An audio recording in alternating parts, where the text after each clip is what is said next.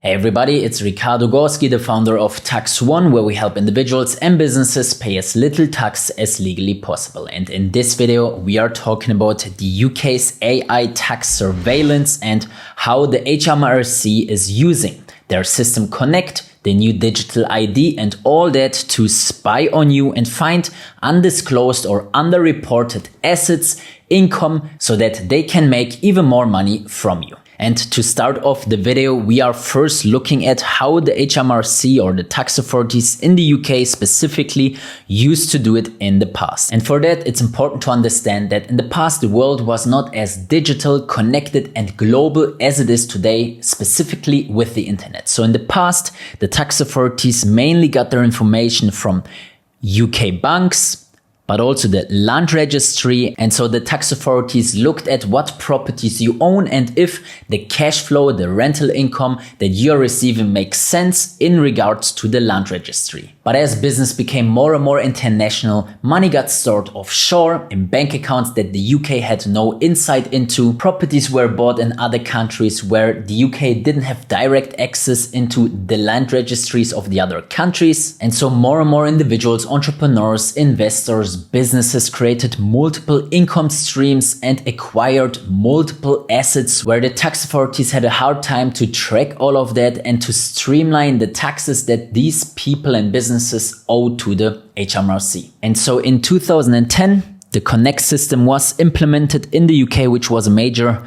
milestone for the tax authorities, but I will go into the Connect system specifically in a minute. Let's first discuss the FATCA agreement that was signed in 2012 between the US and the UK, where they exchanged information from bank account holders to each other, which cracked down a few offshore loopholes that quite some individuals took advantage of. Then in 2017, another milestone for the tax authorities, and that was the implementation of CRS, Common Report Standards, which established an information exchange with over 100 countries, which then obviously led to much more information that the HMRC received in regards to British citizens having bank accounts, companies, trusts, and all that in other countries. And then whistleblowers, they were always important for tax authorities, such as during the Panama Papers, for example, where the tax authorities received a lot of information about undisclosed, underreported bank accounts, companies,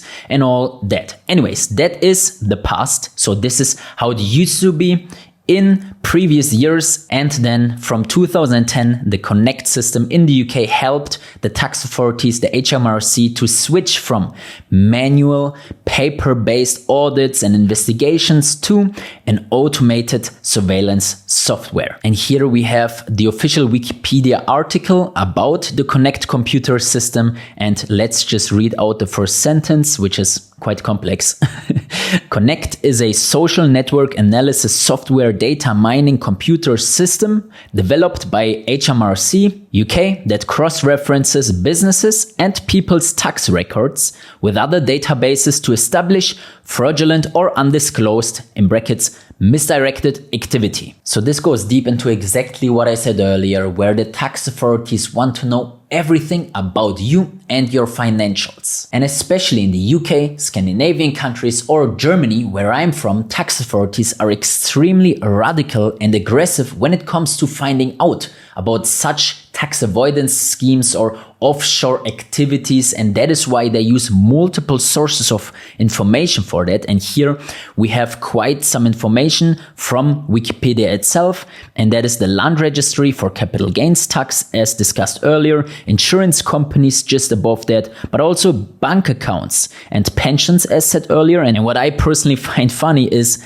they even use eBay and other internet marketplaces, which is actually ridiculous if we think about it, because that means that the tax authorities are looking into your private life. And to underline that even more and to give you more proof that they are doing that, let's take a look at this right here. So we have an article by the BBC where they state that the HMRC is using AI to even analyze our social media activities. For that, the HMRC is investing heavily into software development and into AI, and they are recruiting and hiring over 5,000 new compliance officers to keep up with all the work and information and data sets that the AI finds. To give you a more more understandable, real day-to-day example of how the HMRC is actually spying on you with AI, let's look at this. So they are actually looking at your Instagram stories, posts, videos, for example, that you post, and then they are checking whether or not the lifestyle that you live actually makes sense compared to the taxes that you paid. So let's say, for example, you reported £100,000 in profits, but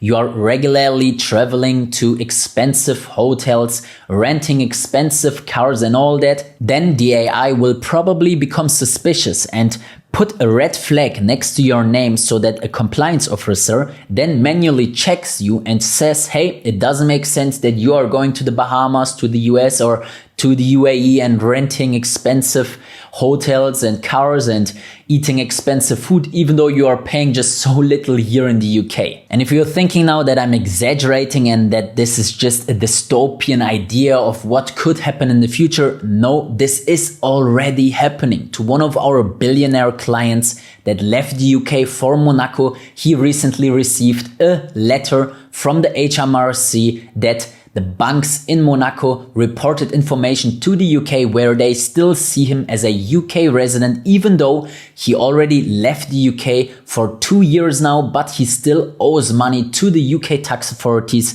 even if he didn't even visit the UK for more than 1 or 2 months per year. The interesting part, he is very active on social media. He's regularly posting private jet flights. He has his own helicopter. He has a Bugatti and I don't know how many cars. His son is living a very luxurious lifestyle in the UAE. And so the fact that he was so loud about his success and wealth led to the fact that the UK tax authorities started a manual investigation, looked at all of his assets and found out that he still owes some money to the UK tax authorities, even though he has left. Now, next is chat control. So even if you don't post your success and wealth on social media, you may send a nice vacation photo to your mom where you are currently in Hawaii in one of the 5-star resorts. And then the AI also sees that because privacy doesn't exist nowadays anymore. And so they are also reporting this to the compliance officers, just as Airbnb, Booking.com. They look at what kind of properties you are renting, what kind of cars you're renting with different rental companies, what kind of online shops you are visiting, what kind of products you're buying, how expensive they are, and if it makes sense in relation to the taxes that you paid back home. And if you ask yourself now, all right, is that even working? The answer is clearly yes. It is already working. Here we have an article by the Financial Times saying that big data, exactly what we just discussed, helps HMRC increase UK tax haul by £4.6 billion. Here we see Connect system uses multiple sources of information to spot cases of underpayment, exactly what we just discussed and explained. So that means, yes, it is already working. AI is looking into your private life without open criminal cases, by the way. They are looking for anomalies between taxes paid and your lifestyle. They are looking for underreported and undisclosed assets and income. And by the way, it doesn't matter if you purposely underreported or didn't disclose them or it was a mistake. Fines up to 100% can occur regardless of if it was a mistake or not. And here we see an official article by the government of the UK where it states that a penalty arises because of lack of responsible care. The penalty will be between 0 and 30% of the extra tax due. And if the error is deliberate and concealed, then the penalty will be between 30 and 100% of the extra tax due. And it is also possible that it can lead to a criminal case. So definitely be careful how and what you are reporting if you're still a UK tax resident and citizen. And the funny part, what I find ridiculous, is that only when you paid too little, not too much, the tax authorities will contact you. And for that, I have a funny story from here in Cyprus, where I regularly host entrepreneurs meetups in various different restaurants, and I used to charge 19% on those dinner tickets. But then I found out that actually those dinner tickets are applicable to a special 9% VAT rate for catering and dining services. But the tax authorities never contacted me and told me that I'm charging too much in VAT to my end consumers. They just happily accepted the extra 10%, and it was on me to find out if I pay too much in tax. But if I pay too little, they will definitely contact you. Obviously, this is not comparable with the UK. The tax authorities here in Cyprus are much less strict, but this is just an example that shows that the tax authorities are only going to contact you if you paid too little in tax. And so let's now answer the question, okay, what's next? I now understand how the tax authorities find information about taxpayers in the past, how it is now with the Connect system, but what's next? And for that, we have a keyword, and that is the digital ID, which is mandatory according to Starmer. And we already see an article on the official government.uk website where the new digital ID scheme is being rolled out across the UK. And as soon as this announcement became public, where the UK announced that they are going to introduce a digital ID system, I created a video on social media where I shared my concerns about the digital ID. And as you see, it got quite some views, 500,000 views on Instagram only. And the comments are relatively supportive. So we have comments like this right here, "It's time to go," with 1,700 likes. Then another comment says, "Entire civil wars were fought over tiny increases in taxes. These days, everybody is just too distracted by entertainment and social media. We just let everything happen." And then in general, this post has 15,000 likes. So quite some people agreed with me on my concerns regarding the digital ID. And what I said in this video is, I quote, "This is not about identification. We have our passports for that. This is not about illegal work," which is supposedly the reason for the digital ID in the first place. "We have a national insurance number for that. You can't work in the UK without a national insurance number anyway. So why would we need an additional digital ID? To make it even more complicated?" I mean, he argues that payments will be easier, but what's easier than just doing a double tap on my iPhone and an Apple Pay credit card appears on my phone and I just swipe it? That's already 2 seconds. How can they make it even more convenient than that? Anyway, I said that this is the preparation for a new era of government surveillance. This is about all payments that we make, fines that we receive, and taxes that we owe. And it's important to know that I'm absolutely not a conspiracy theorist or something like that. I'm just a regular guy that appreciates freedom and wants to live in a place where I'm not chat controlled, where I'm not afraid of doing what I want and traveling to where I want. And so those were my concerns that I shared on social media. And then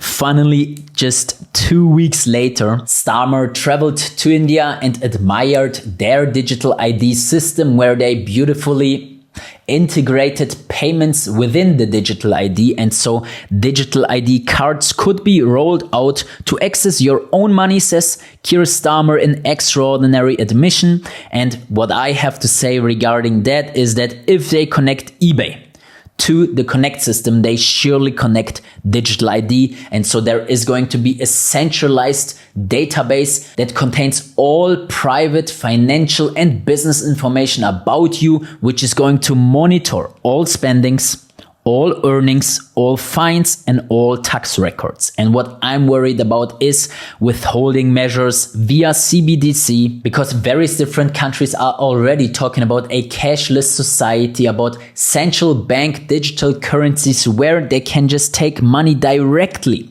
from our account if they rationalize it. So fines will be directly pulled from your account. And I think everyone was in a situation at least once where they received a penalty, a fine, a parking ticket, whatever it is, where they don't fully agree with it. And now imagine that you just receive this fine and they are just pulling out the money from you. And worst case scenario would be if your bank account, let's say, doesn't cover the amount of the fine or the taxes that you still owe, and then they just attack your savings account, because technology would allow them to do that. It's not paper money where they have to come into your house and take the money from you. I mean, I understand that this all sounds dystopian, but it is already happening, guys. When we talked about the pandemic, the governments all said that we will never have a lockdown or something like that. And what happened 6 months later? We were all sitting at home and obeying to the government. So now the question is, why? Why would they want to spy on the taxpayers? Why would they want to have as much information about everyone as possible? And the answer is pretty clear. If we look at the millionaire migration in 2025, we see that the UK will lose the most millionaires due to sweeping tax changes and the closure of investor visas. We have a non-dom reform, which makes the non-dom status in the UK much less attractive, which then attracts much less wealthy foreigners and also pushes out the already existing non-dom individuals that live in the country. We have an increased capital gains tax. We have inheritance tax changes, which comes to disadvantages to wealthy individuals and families. We have changes to reliefs and exemptions in the business world, which leads to the fact that more taxes are due with smaller exemptions, less exemptions, and smaller business reliefs. An example here is the business asset disposal relief, which is connected to the capital gains tax. Another thing that is disadvantageous is the long-term residency, which leads to the fact that individuals have a hard time leaving the UK, and tax residencies are now defined differently in the UK. We have then obviously also rising crime rates. I think everyone knows what's going on London's streets on a daily basis. We have political uncertainty, political instability. We have a lot of demonstrations that are going on in the UK. And we obviously have the wealth exodus, which in my eyes is also the talent exodus, because let's leave the money aside. Obviously, when all those millionaires and even billionaires leave the UK, they take their assets, their jobs, salaries and money with them. But also the UK is losing on skilled professionals, constructors, IT specialists, AI innovators, and also doctors. All of these talented individuals, all of this essential workforce, when they leave the country, what is going to happen to the people that will still live in the UK? And then obviously we have investors leaving too. And here we have the richest man of the UK, or he was the richest man in the UK, because also he, as a billionaire, left to Monaco just as our client, and he stopped all of his investments in Great Britain just recently, which is obviously creating a huge financial gap in the UK government. That also leads to the fact that alongside many other investors that also leave the UK for the first time ever, we have stagnating real estate prices in London, and the real housing price index is actually even falling for the first time in a long time, which then obviously leads to the fact that Labour realizes the wealth exodus is real and they want to make as much money as possible from the rich before they leave.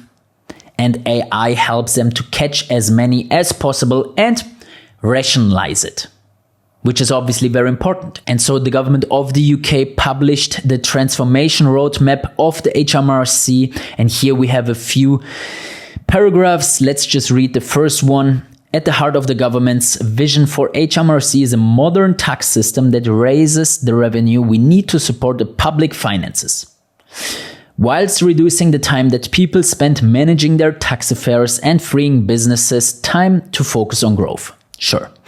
Then in chapter 4, we have closing the tax gap, which is even more interesting. Especially this last paragraph here is worrying in my eyes, because it says the total tax gap stood at £46.8 billion in 2023 to 2024. That means the tax authorities of the UK want to generate almost £50 billion to close the tax gap. And for that, they have a reform and modernization ideas, which is summarized right here. HMRC is reforming its operations by modernizing HMRC's IT infrastructure and workforce, aka AI, 2, modernizing how customers interact with HMRC, aka digital ID app probably. 3, simplifying and modernizing the legislative and administrative framework, aka just changing taxes, rules and laws that exist to make it more convenient for them to achieve whatever they have on their agenda. And 4, sharing data and collaborating cross-government, meaning we will find out anything that you own, owe, earn, have, want to have and do, etc., etc. So those were actual information findable on the government.uk website. And now I understand that some individuals may say, all right, but I have nothing to hide. This doesn't affect me. Let them do whatever they do. I have nothing to hide, so I'm not worried about the changes. And for you, I have quite some examples why I think that it will also affect you and your business if you're an entrepreneur. But if you're watching this channel, I assume that you're an entrepreneur or a business owner, you have wealth in your family, etc. And Quite a few examples include the salary payments and the business income. Meaning if you run a business and you're paying yourself a salary, you may have encountered that next to your salary payments, you want additional money privately because you want to buy something new, a new phone, car, computer, whatever it is, doesn't matter. But this salary payment that you are additionally paying yourself then creates friction in your accounting and in the social insurance that you owe. And so the business income and salary payments are oftentimes very confusing, especially if you don't have a full-time accountant in your business, and you will make mistakes regardless. Just as with mixing private and business expenses, because a lot of individuals just use the business credit card for a lot of private stuff that you're not using for your business necessarily. And that can include travel expenses, for example. So I personally, when I'm traveling somewhere, I use my business credit card and then I report it in my tax audit as a travel/business expense. But in reality, I'm going for dinner with my girlfriend. And without AI, a human auditor will probably never find out what's really going on here. But if we have AI intersecting a lot of different data sources, then the AI will then double check with my SIM card provider and see where I was, where my girlfriend was, if I was with other business partners, potential clients or not. And so you see that those little things that most individuals and entrepreneurs just do on a regular basis might trigger yellow or red flags in the AI software. Next is social insurance contributions or healthcare contributions, which are actually connected to the first 2 points. Then selling stuff on eBay. If you're selling something on eBay, maybe you have to pay tax on it. Maybe AI decides that it's not a private sale. Maybe your side hustle needs to be taxed differently. Maybe your freelancing activities need to be taxed differently. Maybe the money your friends, your family sent to you via PayPal and Revolut, maybe you need to issue an invoice for that. And then next is cryptocurrencies, which is a huge topic. I will definitely create a separate video talking about cryptocurrency taxation, and I will also go into another example in a minute. But first, I wanted to give you here an example of HMRC actually using AI, because we have an individual by the name of Thomas, who's an expert in R&D, a relief claim for his client, and found out that HMRC replied with an AI answer. How did he find out about it? Very funny actually, because he saw that HMRC was replying in American spelling in the UK, and the reply contained the M dash, which is a typical punctuation thing that ChatGPT is doing. So HMRC seems to be using AI for relief cases, which is probably just one use case that HMRC is already using AI for. I'm telling you, they are going to implement it more and more in the future. They are going to find out anything that you didn't report or that you underreport. And here in this case, the tax court is already involved. And so I'm telling you guys, when you're into crypto, even then they will find out about it, because we have another government.uk article right here from the transformation roadmap, and we see here this bullet point contains: to tackle the wealthy and offshore tax gap includes working internationally to improve data flows and share information, as well as learning from best practices across the world. In 2027, HMRC will start to receive international data each year on crypto asset transactions. So they specifically mention crypto asset transactions here and holdings by UK tax residents. And this connects to what I said earlier, that the UK also changed their long-term tax residency status. So even if you have left the UK already, they may still see you as a UK tax resident, just as they do with our billionaire client that is actually physically living in Monaco. So here, short summary regarding crypto. From January 1st, 2026, all crypto exchanges and service providers will send info to HMRC officially. So every single transaction that is incoming and outgoing, no matter which wallet address you're using, it needs to be KYC connected. So you need to tell the service provider or centralized exchange or even decentralized exchange who you're sending this money to or who has been sending it to you. And so this is why I'm saying at some point KYC will be connected somewhere, even if it is due to a mistake. So let's say you have somewhere a private wallet, a Ledger Nano, a cold storage, whatever it is, that you have a few Bitcoins on there. You even may have used a mixer to not trace your current holdings, but if you then send money from that wallet address to a friend of yours that has a Revolut bank account, for example, he needs to tell Revolut who has been sending that crypto from. And at that point, even though you're not knowing about it, the bank, Revolut, will know that this wallet address, which you prepared so beautifully, is connected to you.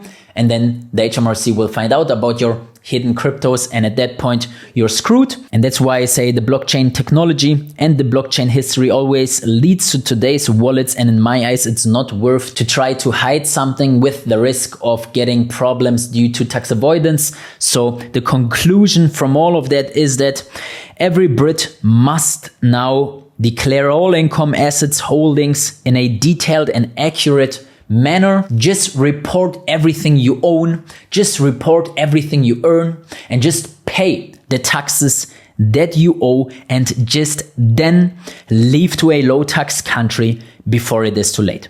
What do I mean with too late? You never know when the UK will maybe implement an exit tax, just as they did in Germany, where I'm from. I luckily left just before they implemented an exit tax, and now we have so many German customers that are not able to leave Germany because the formula that they use in order to calculate the exit tax due is just ridiculous. It is 15% based on the company's worth, which then just means on a business that is worth 1 million euros, you have to owe 150,000 euros in taxes, which is such a liquidity drainage that a lot of people are indirectly trapped and stuck in Germany. And so I'm telling you, if you're watching this video living in the UK, definitely make sure to reach out to us on tax.one, and we are more than happy to advise you in an individual consultation call how we can help you to relocate to a low tax jurisdiction. So thank you very much for watching, and if you subscribe to the channel, I will see you in the next one.